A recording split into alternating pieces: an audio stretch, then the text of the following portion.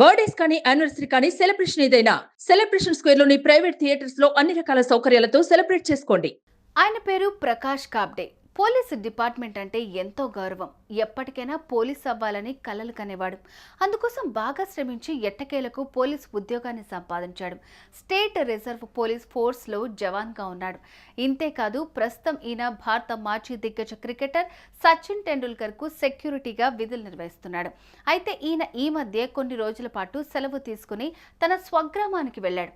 కానీ ఉన్నట్టుండి ఆయన తన సర్వీస్ రివాల్వర్తో కాల్చుకుని ప్రాణాలు తీసుకున్నాడు. ఈ విషయం తెలుసుకుని మృతుడి కుటుంబ సభ్యులు గుండెలు పగిలేలాగా ఏడ్చారు. ఇదే ఘటన ఇప్పుడు స్థానికంగా తీవ్ర కలకలంగా మారుతోంది. అసలు ఈ పోలీస్ ఆఫీసర్ ఎందుకు తుపాకీతో కాల్చుకున్నారు? దీని వెనకాల అసలేం జరిగిందంటే,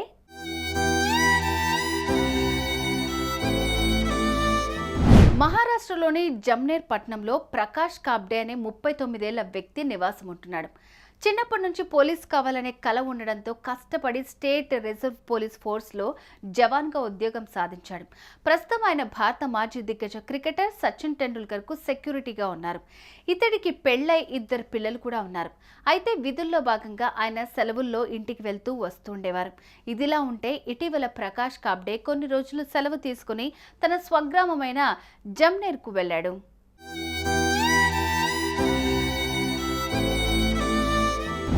అయితే ఏం జరిగిందో ఏమో తెలియదు కానీ ఇటీవల అర్ధరాత్రి దాటిన తర్వాత ప్రకాష్ కాబ్డే తన ఇంట్లోనే సర్వీస్ రివాల్వర్తో మెడపై కాల్చుకుని ఆత్మహత్య చేసుకున్నాడు.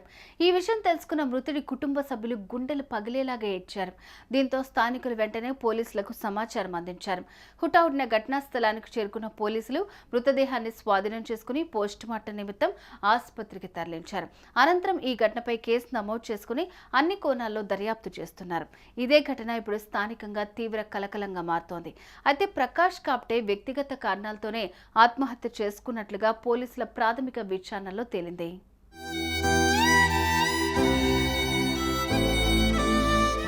గత కొంతకాలం నుంచి భారత మాజీ దిగ్గజ క్రికెటర్ సచిన్ టెండూల్కర్ వద్ద సెక్యూరిటీగా పనిచేస్తున్న ప్రకాష్ కాబ్డే ఉన్నట్టుండి ఇలా ఆత్మహత్య చేసుకోవడంతో ఇప్పుడు అంతా షాక్ అవుతున్నారు. సమస్యలు అందరికీ ఉంటాయి, వాటి పరిష్కారం దిశగా ఆలోచించాలి తప్ప ఇలా ఎవ్వరూ బల్వాన్ మరణానికి పాల్పడి కన్న వాళ్ళకి, కట్టుకున్న వారికి, కడుపున పుట్టిన వారికి శోకాన్ని మిగిల్చి వెళ్లిపోవద్దని మానసిక నిపుణులు సూచిస్తున్నారు.